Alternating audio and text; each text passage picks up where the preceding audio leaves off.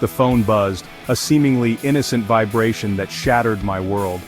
It was a sound I had heard countless times before, but this time it felt different. It felt ominous.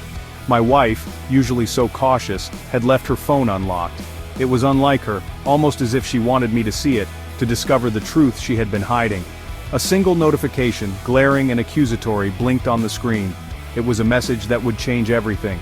"Can't wait for tonight, babe. You're intoxicating." The words were like a dagger to my heart, each one twisting deeper into my soul. The sender? Mark Davies, her boss. My stomach lurched. I felt a wave of nausea wash over me as I tried to process what I was seeing. It wasn't the first time I'd harbored suspicions. There had been signs, subtle hints that something was amiss.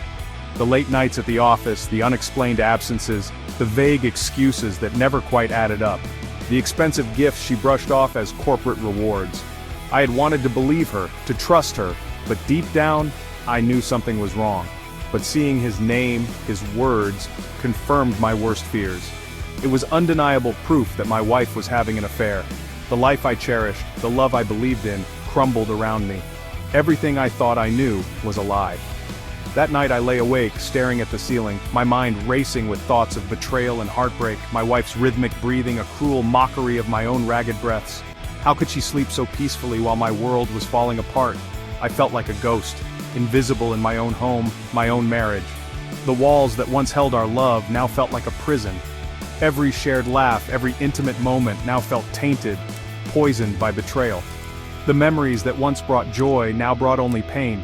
I wanted to scream, to confront her, to demand answers, but what good would it do? The damage was already done, but a strange calmness washed over me. I realized that I needed to approach this with a clear mind.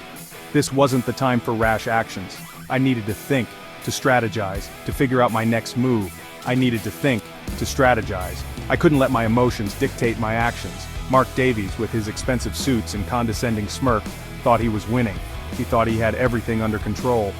He was about to learn just how wrong he was. I was not going to let him destroy my life without a fight. Mark Davies was the epitome of corporate arrogance. He was the kind of man who walked into a room and expected everyone to bow to his presence. His confidence was not just palpable, it was overwhelming, almost suffocating. He exuded an air of entitlement, of being untouchable. It was as if the rules that applied to everyone else simply didn't apply to him. He moved through the office like a king surveying his kingdom, his every step a declaration of his self-proclaimed superiority. At company events he'd drape his arm around my wife, his eyes holding a knowing glint. It wasn't just a casual gesture, it was a calculated move, a way to assert his dominance. He knew exactly what he was doing, and he enjoyed every second of it. He never acknowledged me directly, as if I were beneath his notice. It was as if I was invisible, a mere shadow in his grand scheme. His dismissive attitude was a constant reminder of my supposed insignificance in his eyes. He relished in flaunting his wealth, his power. Every new acquisition was another trophy, another symbol of his success. He'd make sure everyone knew about his latest purchase, whether it was a luxury car or an exotic vacation. He'd brag about his latest acquisitions, a yacht, a vineyard, a private jet. Each boast was a reminder of the vast chasm between his world and mine.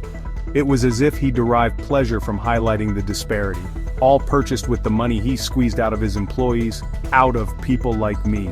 We were the cogs in his machine, the ones who toiled away to make his dreams a reality while our own dreams were put on hold.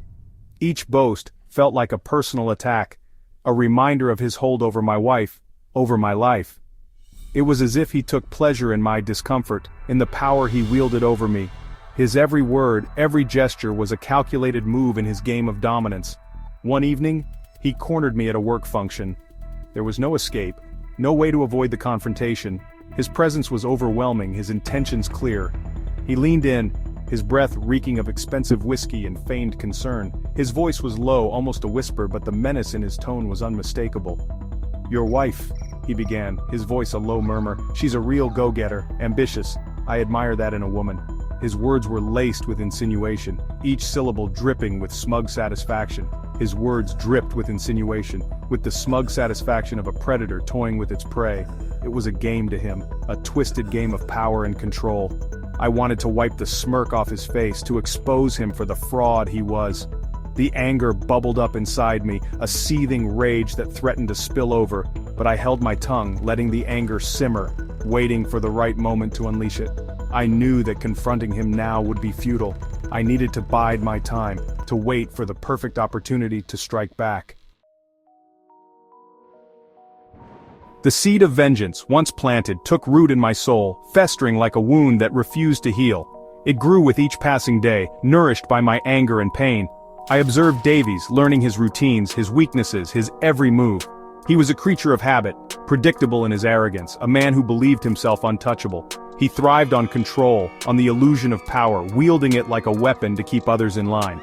I discovered his Achilles heel, his meticulously crafted public image, a fragile mask he wore to hide his true self.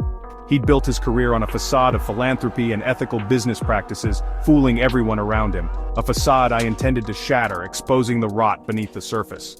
My plan wouldn't be driven by blind rage, but by cold, calculated precision, like a master chess player plotting each move. I spent hours researching, plotting, turning my pain into a weapon, a tool for justice. I delved into his past, uncovering a trail of shady dealings and questionable business practices, each discovery fueling my resolve. I gathered evidence, compiling it meticulously like a hunter patiently stalking its prey, waiting for the perfect moment to strike. Each piece of information, each incriminating document, fueled my resolve, strengthening my determination. This wasn't just about my wife's infidelity anymore. It had grown into something much larger, a quest for truth and justice. This was about exposing Mark Davies for the hypocrite he truly was, revealing the man behind the mask. It was about dismantling his empire of lies brick by brick, until there was nothing left but the truth.